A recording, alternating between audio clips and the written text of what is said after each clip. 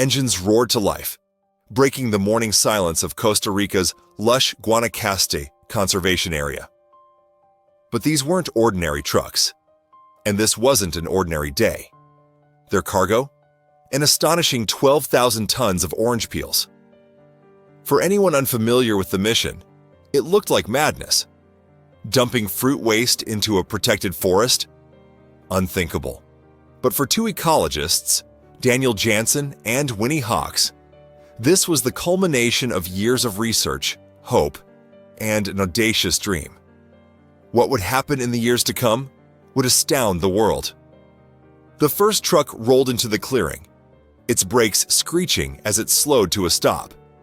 Its cargo door groaned open, and in an instant, a cascade of sticky orange peels spilled out, forming a mound on the barren ground.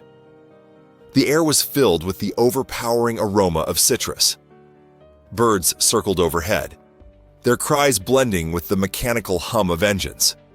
Monkeys, usually playful and curious, observed cautiously from the treetops, unsure what to make of this strange occurrence. But this wasn't a one-time event. More trucks arrived, one after another, each unloading its share of discarded fruit. The once quiet clearing became a bustling sight, covered with an orange carpet of peels. To onlookers, it was chaos. To Jansen and Hawks, it was the start of something extraordinary. To understand the experiment, you must first understand the people behind it. Daniel Jansen and Winnie Hawks weren't just any ecologists, they were pioneers. Having graduated from Princeton University in the mid-1970s, they quickly made a name for themselves in the field of tropical ecology.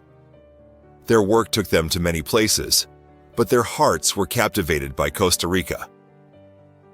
Costa Rica is no ordinary country.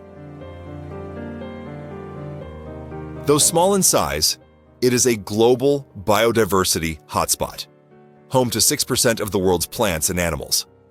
Its tropical forests teem with life, from vibrant toucans and colorful frogs to towering trees and delicate orchids. But this paradise wasn't immune to the pressures of modern life.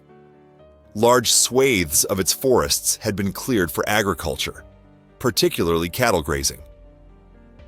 Jansen and Hawks witnessed firsthand how these practices left the land barren.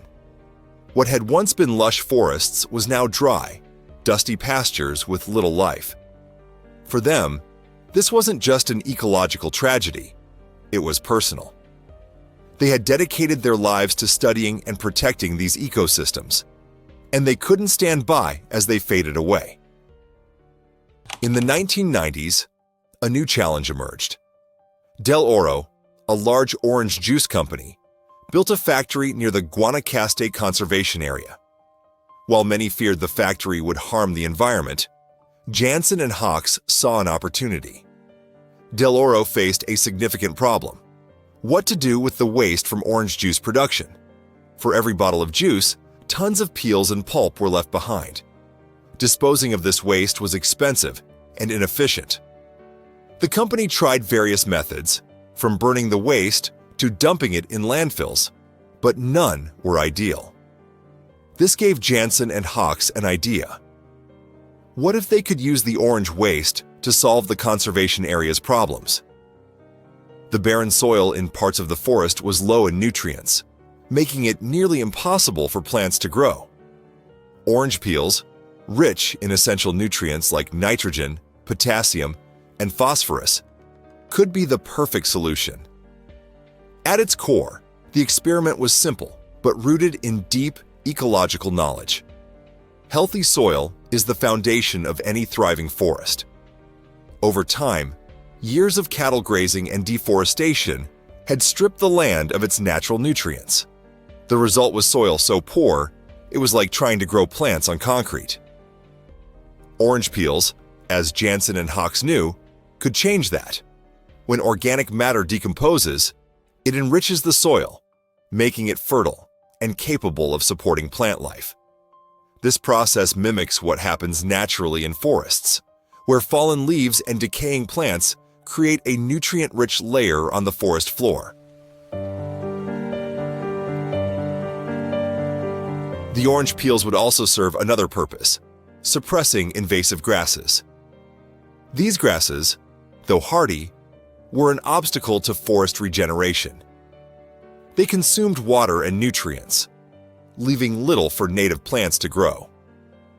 By covering the grasses, the orange peels would create a blank slate for the forest to reclaim its territory. Of course, the experiment wasn't without risks. Critics were quick to point out potential dangers. What if the orange peels attracted pests or introduced diseases? What if they polluted the water or disrupted the existing ecosystem? Jansen and Hawks were careful to address these concerns. They imposed strict guidelines. Only agricultural waste was allowed, and the peels had to be cleaned to remove any harmful chemicals. In 1998, the trucks began rolling in. Over the course of a year, thousands of tons of orange peels were dumped in a designated area. At first, the site looked like a mess, a sticky, smelly expanse of orange. Even some supporters began to doubt the plan. But Jansen and Hawks held firm. They knew nature needed time. When the team returned to the site nearly 2 decades later, they were stunned. The barren, dusty landscape was unrecognizable. In its place stood a thriving forest. Trees soared into the sky, their branches heavy with vibrant green leaves. Native plants and flowers bloomed in abundance, creating a kaleidoscope of colors. The soil, once dry and lifeless, was now dark and rich, teeming with nutrients. Wildlife had returned as well. Birds sang from the treetops, and monkeys swung joyfully through the branches. The orange peels hadn't just transformed the soil, they had sparked the rebirth of an entire ecosystem. The success of the experiment wasn't just a victory for Costa Rica. It was a testament to the power of human ingenuity and the resilience of nature. It showed that even the most degraded environments could be revived with the right approach.